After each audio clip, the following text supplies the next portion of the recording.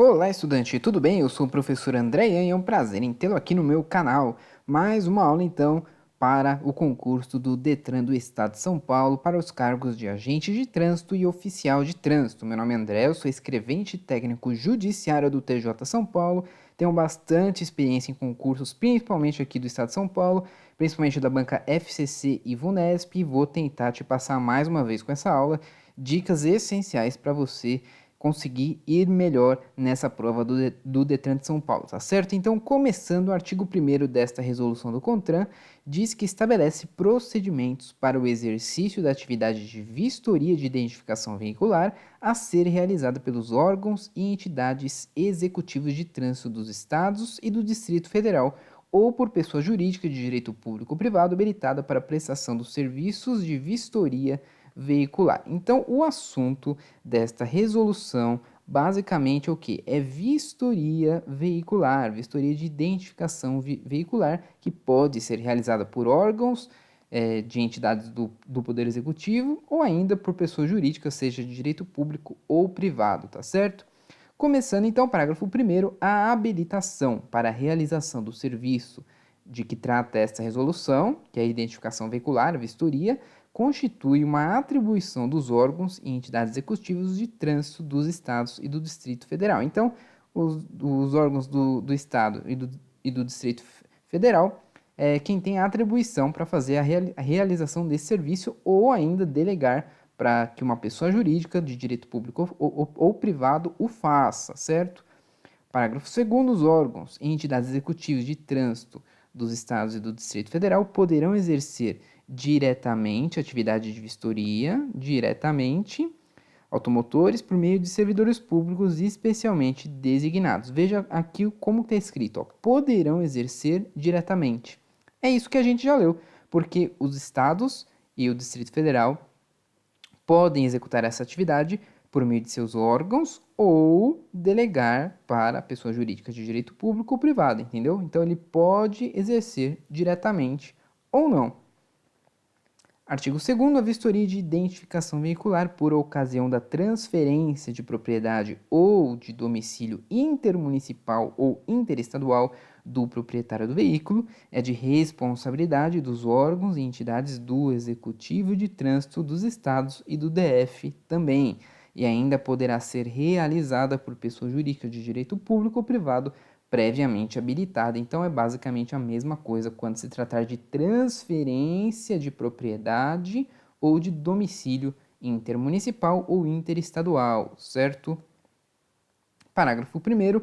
A emissão do laudo único de vistoria de identificação veicular será realizada exclusivamente, olha só que palavra importante, exclusivamente por meio eletrônico e só terá validade no âmbito do Sistema Nacional de Trânsito, se registrado no Sistema de Certificação de Segurança Veicular e Vistorias, que tem essa sigla aqui, que é mantido pelo Denatran. Então, olha aqui, a emissão de laudo único, escreve aí um resuminho assim, ó, laudo único, emissão, que é com relação à vistoria de identificação veicular, realizado exclusivamente por meio eletrônico. Só isso. Isso aqui pode cair na tua prova. Parágrafo 2º, a vistoria de identificação veicular tem como objetivo, então, quais são os objetivos dessa vistoria de identificação veicular? A autenticidade da identificação do veículo e da sua documentação, legitimidade da propriedade, se os veículos dispõem dos equipamentos obrigatórios e se eles estão funcionando, logicamente, se as características originais dos veículos e seus agregados foram modificados e, caso constatada alguma alteração, se esta foi autorizada, regularizada e se consta ainda no prontuário do veículo na repartição de trânsito.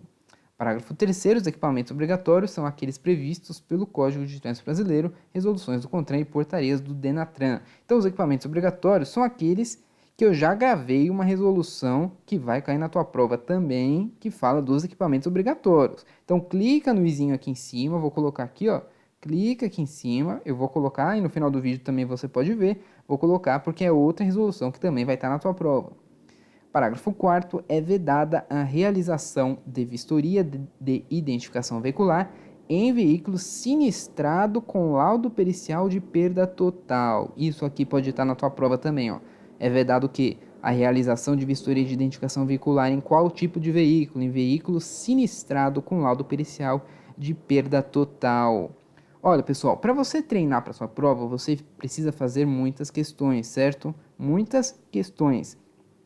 Só que ocorre que muitos desses artigos não têm questões anteriores. Então, o que eu fiz? Eu criei uma apostila de questões inéditas para você. São 100 questões inéditas com relação ao Código de Trânsito Brasileiro. Tem pelo menos uma questão de cada capítulo do CTB e mais de uma questão de todas as resoluções que são comuns aos dois cargos, de oficial estadual de trânsito e agente de trânsito. Você pode adquirir essa apostila por R$ 19,90, 100 questões inéditas que estão comentadas, certo? Para te ajudar a entender e memorizar para a sua prova. São mais de 100 questões, porque na verdade são 105 questões inéditas com relação aos assuntos apenas de CTB e resoluções, essas que eu citei, que está na capa aqui da apostila. Vale para os dois cargos, como eu disse, contém o edital dos dois cargos, as resoluções que são comuns aos dois cargos e o formato dessa apostila é digital, formato PDF, certo? Então, primeiro link na descrição desse vídeo, você consegue adquirir essa apostila para treinar para sua prova.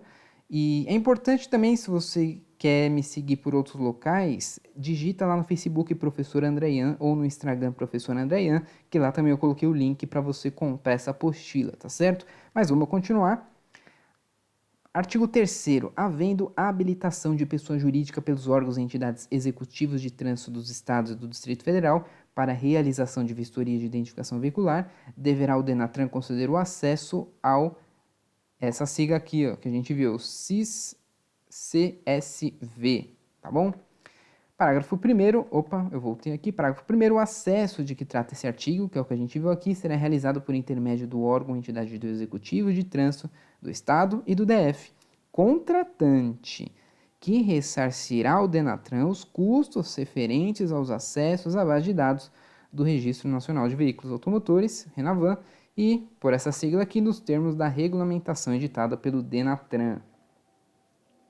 Parágrafo 2º. A pessoa jurídica habilitada pelos órgãos e entidades executivas de trânsito dos Estados e do DF somente poderá operar em vistorias de identificação veicular após a concessão do acesso a isso aqui, ó, cabendo ao órgão da entidade responsável pelo credenciamento e fiscalização da conformidade dos serviços prestados. É meio óbvio isso, mas então, a pessoa jurídica que vai prestar esse serviço, ela só vai poder começar a operar em vistoria depois da concessão do acesso a isso aqui, tá bom? Artigo 3º-A. A vistoria móvel somente será realizada nas seguintes hipóteses. Veja, isso aqui foi inserido recentemente nesta resolução, então fique atento a isso. Inciso 1. Veículo indenizado integralmente por companhia seguradora em razão de sinistro, devendo a vistoria ser realizada no respectivo pátio da seguradora, exclusivamente para fins de registro em nome da seguradora autorizada ou de terceiro adquirente, tá bom? Então, veja, exclusivamente para esses dois fins apenas. Inciso 2º, veículo recuperado por instituição financeira por intermédio de ordem judicial ou entrega amigável ou por ela alienado, devendo a vistoria ser realizada no respectivo pátio da instituição financeira e também exclusivamente para fins de registro em nome da instituição autorizada ou terceiro adquirente. Inciso 3º, veículo adquirido ou comercializado por pessoa jurídica cujo objeto social preveja a comercialização de veículos novos e usados, devendo a vistoria ser realizada no respectivo estabelecimento comercial, desde que a referida pessoa jurídica seja adquirente ou proprietária registrada do veículo vistoriado. Inciso 4º, veículo apreendido em pátio público e ainda cuja liberação esteja condicionada a serviço dependente de vistoria. Inciso 5º, veículo relacionado para o leilão e veículo já leiloado. Inciso 6, veículo com peso bruto total superior a 10 toneladas. Artigo 3º-B. A vistoria móvel, que a gente viu, prevista no artigo 3A dessa resolução, será realizada exclusivamente onde? Dentro do limite da unidade da federação em que a empresa de vistoria esteja credenciada, exceto, ou seja, quando não vai estar dentro desse limite. Quando não vai estar? No caso de transferência de veículos, que se enquadrem nas hipóteses previstas parágrafo 6º do artigo 2 e pelo artigo 13, ambos da resolução do CONTRAN 544, No caso de transferência de veículos recuperados por instituição financeira por ordem judicial ou ainda entrega amigável. Inciso 3, mediante anuência prévia do órgão executivo de trânsito do Estado ou Distrito Federal, no qual a empresa esteja credenciada após a justificativa da impossibilidade de deslocamento do veículo, certo? Artigo 4º, os órgãos e entidades executivas de trânsito dos Estados e do Distrito Federal promoverão a habilitação da pessoa jurídica de direito público ou privado para o exercício de atividade de vistoria e de identificação mediante o cumprimento de alguns requisitos. Vamos ver quais são. Documentação relativa à habilitação jurídica. Então, a linha A, ato constitutivo, estatuto, contrato social em vigor, devidamente registrado, e no caso ainda de sociedades por ações, acompanhados de documentos da eleição de seus administradores, devendo constar do objeto social atividade exclusiva de vistoria de identificação veicular, excetuando-se as pessoas jurídicas de direito público que se dediquem à atividade de ensino ou à pesquisa técnico-científica. A linha B, decreto de autorização em que se tratando de empresa ou sociedade estrangeira em funcionamento no país e ato de registro ou autorização para funcionamento expedido pelo órgão competente quando a atividade assim o exigir. E a linha C, cópia da lei de criação em que se tratando de pessoa jurídica de direito público. Agora, inciso 2, pessoal, documentação que é relativa à regularidade fiscal, trabalhista e econômica financeira. Então, a linha A, prova de inscrição no CNPJ, certo? Tem que ter CNPJ. Prova de inscrição de cadastro de contribuintes estadual e municipal, se houver, relativo à sede da pessoa jurídica, pertinente ao seu ramo de atividade e compatível ainda com o objeto contratual ou estatutário. A linha C, prova de regularidade para a Fazenda Federal, Estadual ou Municipal da sede da pessoa jurídica na forma da lei. A linha D, prova de regularidade relativa à Seguridade Social e ao Fundo de Garantia por Tempo de Serviço, FGTS, demonstrando a situação regular no cumprimento dos encargos sociais instituídos por lei. Comprovação ainda na forma da lei de regularidade na entrega da relação anual de informações sociais ao Ministério do Trabalho e Emprego. A linha F, prova da inexistência de débitos inadimplidos perante a Justiça do Trabalho mediante a apresentação de certidão negativa. E a linha G, certidão negativa de falência expedida pelo distribuidor da sede da pessoa jurídica com data inferior a 60 dias, contados da data do início do processo administrativo de habilitação, acompanhada ainda da prova da competência expedida pelo cartório distribuidor. Inciso 3º, agora a documentação relativa à qualificação técnica. Bom, tem que ter o que? A linha A, comprovação de possuírem seu quadro pessoal permanente, vistoriadores com qualificação comprovada por meio de certificado ou diploma de conclusão de curso de treinamento em vistoria de identificação veicular. A linha B, licença ou alvará de funcionamento com data de validade em vigor expedido pela Prefeitura do município ou pelo governo do Distrito Federal. A linha E, comprovante de quitação do seguro contratado. A linha F, comprovação da atuação exclusiva no mercado de vistoria de identificação veicular, mediante certidão emitida pelo órgão competente e cópia do contrato social vigente. E a linha G, declaração de abster-se de envolvimentos comerciais que possam comprometer a isenção do exercício da atividade de vistoria de identificação veicular assinada pelo representante legal da pessoa jurídica. Então veja, pessoal, isso aqui é uma série de documentos. Eu acho que não é tão importante isso aqui para você ficar memorizando, porque é muita coisa, tá bom? Isso aqui é mais, são regras, certo? Que você tem que saber na prática, no caso da vistoria, mas aqui eu acho que para a prova é muito difícil. Mas vamos continuar. Documentação relativa agora à infraestrutura.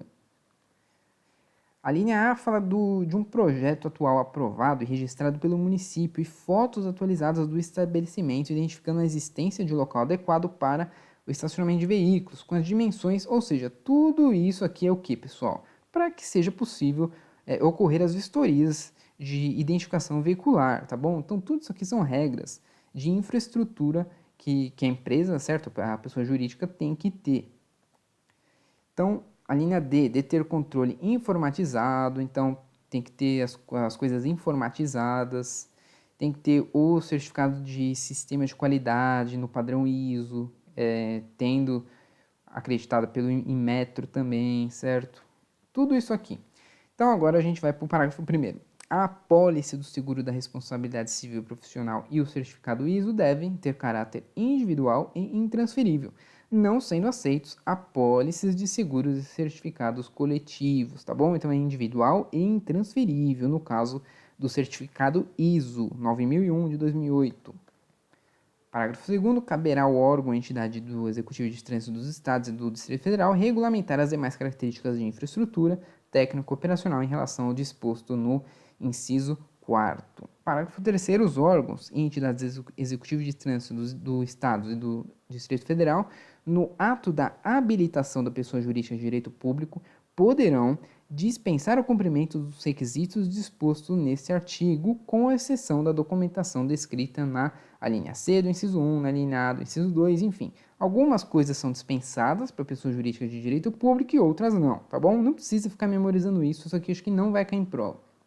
Parágrafo 4º, os órgãos e entidades executivas de trânsito do Estado e do Distrito Federal poderão deixar de exigir o disposto no inciso 3, ali na F desse artigo, quando a habilitação referir-se de novo a pessoa jurídica de direito privado, mas sem fins lucrativos, tá bom? Então aqui mais uma exceção no caso de pessoa jurídica de direito privado sem fins lucrativos.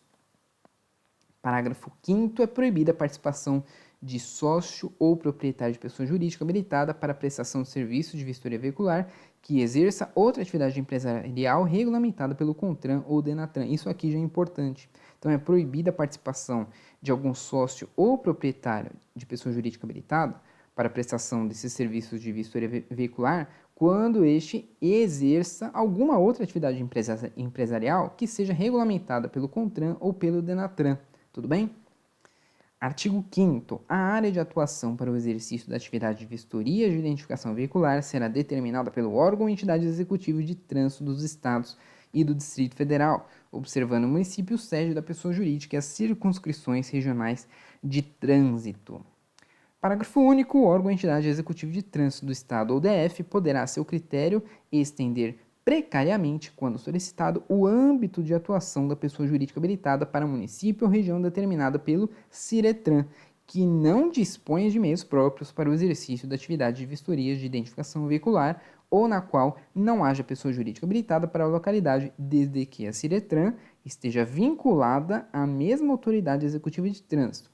E ainda a extensão da área de atuação perde efeito quando ocorrer a habilitação de pessoa jurídica para o município, tá bom? Então, pessoal, se você está gostando dessas aulas, dessas dicas, se inscreve no canal, porque é a forma de você conseguir me ajudar da mesma forma que eu estou te ajudando. Então, além de se inscrever no canal, você pode fazer o seguinte, comenta aqui embaixo, comenta assim, continue com essas aulas, estou gostando, e também algumas sugestões que vocês queiram para as próximas aulas, tá bom? Então, se inscreva aqui embaixo, a primeira coisa, e aí a gente continua nessa aula, tá bom? Não acabou ainda não.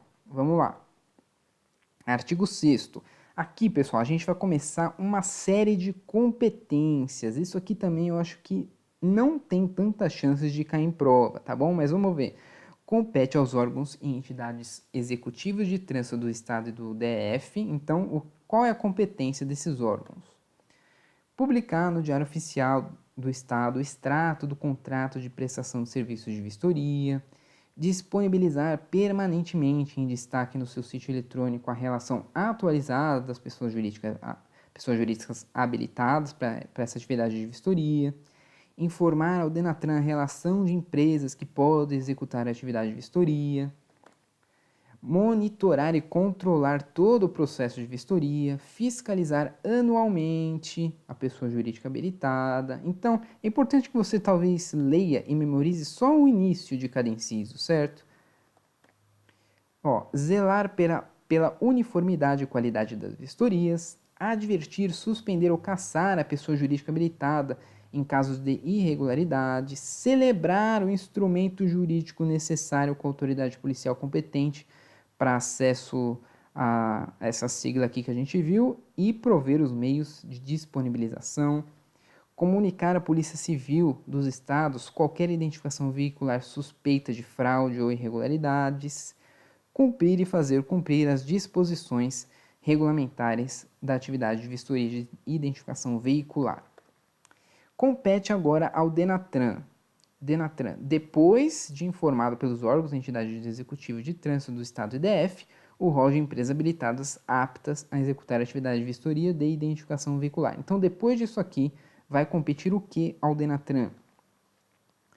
Disponibilizar em meio eletrônico a relação atualizada, cumprir e fazer cumprir as disposições, a mesma coisa, fiscalizar quando motivado a qualquer tempo, certo? Artigo 8º agora. Agora compete à pessoa jurídica, direito público ou privado, habilitada para o exercício da vistoria. Então, agora a pessoa jurídica que foi habilitada para fazer essa vistoria, compete o que a ela? Prestar um serviço adequado, atualizar o inventário e o registro dos bens vinculados à contratação, cumprir as normas técnicas pertinentes à atividade de vistoria, permitir aos encarregados a fiscalização livre do acesso, manter atualizada a documentação, comunicar previamente ao órgão ou entidade do executivo, informar ao órgão ou entidade do executivo as falhas constatadas, comunicar imediatamente à autoridade policial quando detectar veículo cuja identificação seja suspeita de fraude ou irregularidades, comprovar anualmente perante o órgão, certo, o cumprimento dos requisitos fixados nesta norma. Parágrafo 1º, o serviço adequado previsto no inciso 1 deste órgão corresponde àquele que satisfaz as condições de regularidade, continuidade, eficiência, segurança, atualidade e cortesia na sua prestação. Isso aqui já é importante. Então, o que é um serviço adequado, que está se referindo lá no inciso 1, certo? Desse artigo que a gente viu. Então, precisa satisfazer o que para ser um serviço adequado? Satisfazer as condições de regularidade, continuidade, eficiência, segurança, atualidade e cortesia. Isso aqui você precisa memorizar.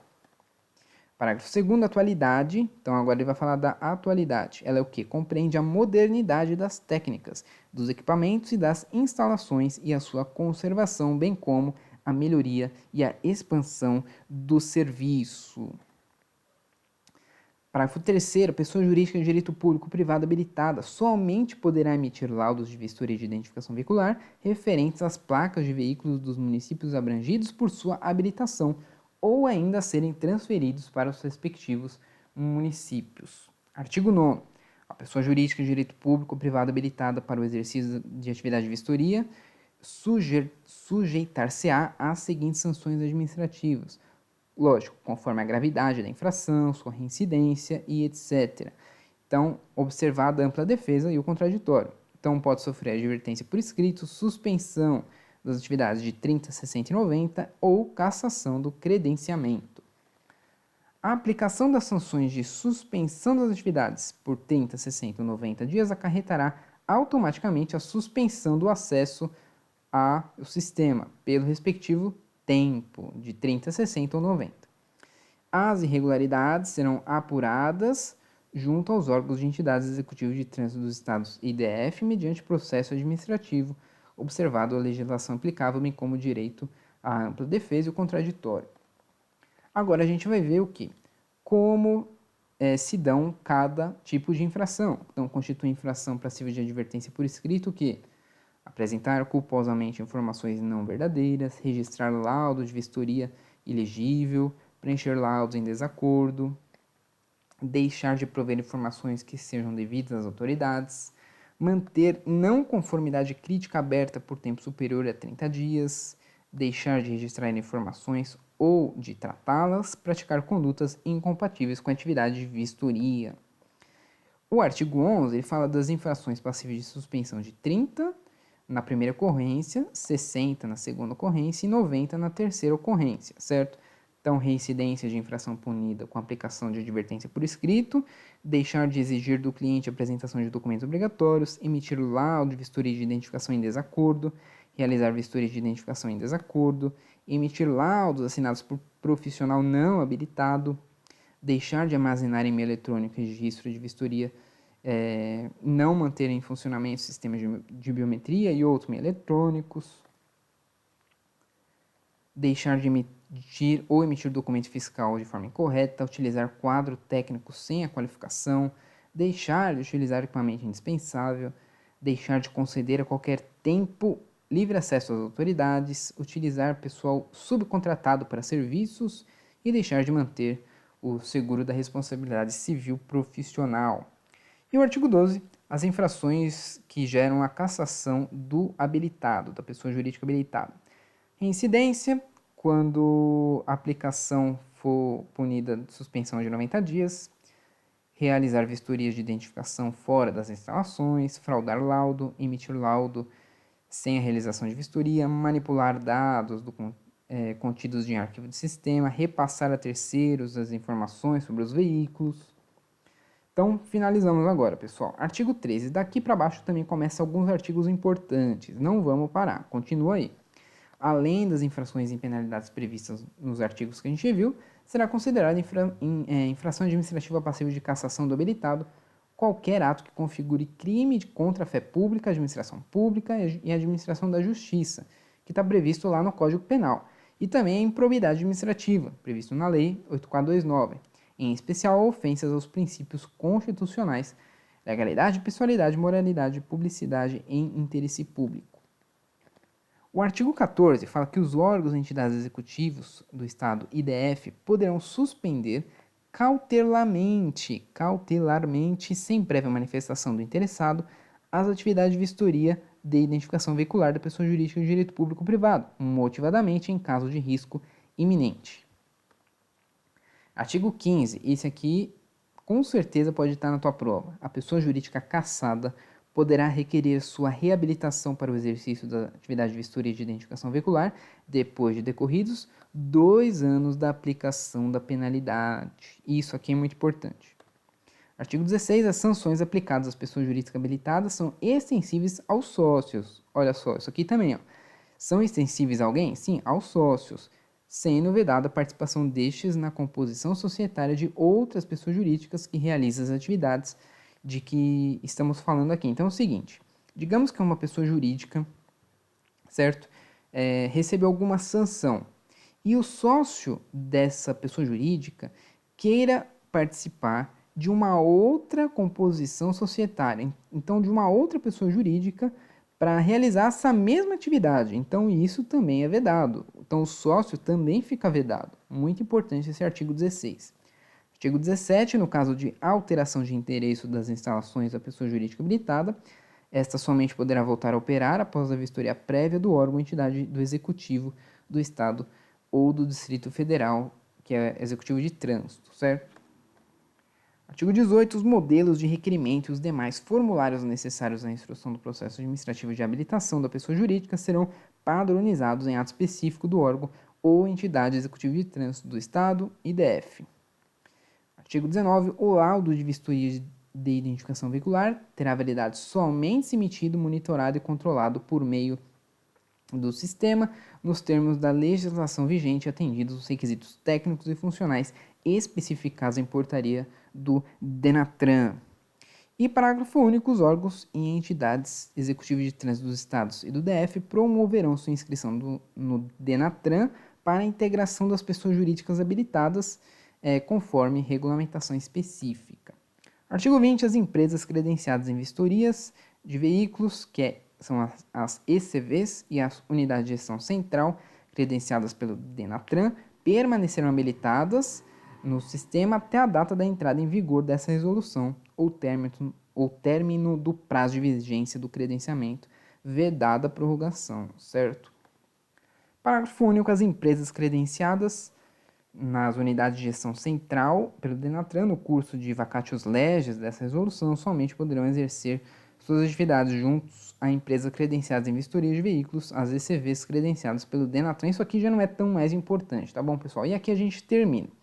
Então, olha só, é uma resolução também um pouco chatinha, fala de muitas regras. Tente se atentar aos artigos, incisos que eu falei que eram importantes. Esses que eu falei são os mais importantes para a sua prova, lembrando, principalmente esses mais importantes, eu fiz questões inéditas na minha apostila de questões inéditas por apenas R$19,90. Vem aqui no primeiro link da descrição do vídeo que você pode adquiri-la, tá bom? Então é isso, pessoal. Espero que você tenha gostado, tenha entendido. Eu agradeço sua presença até aqui. Muito obrigado e até a próxima.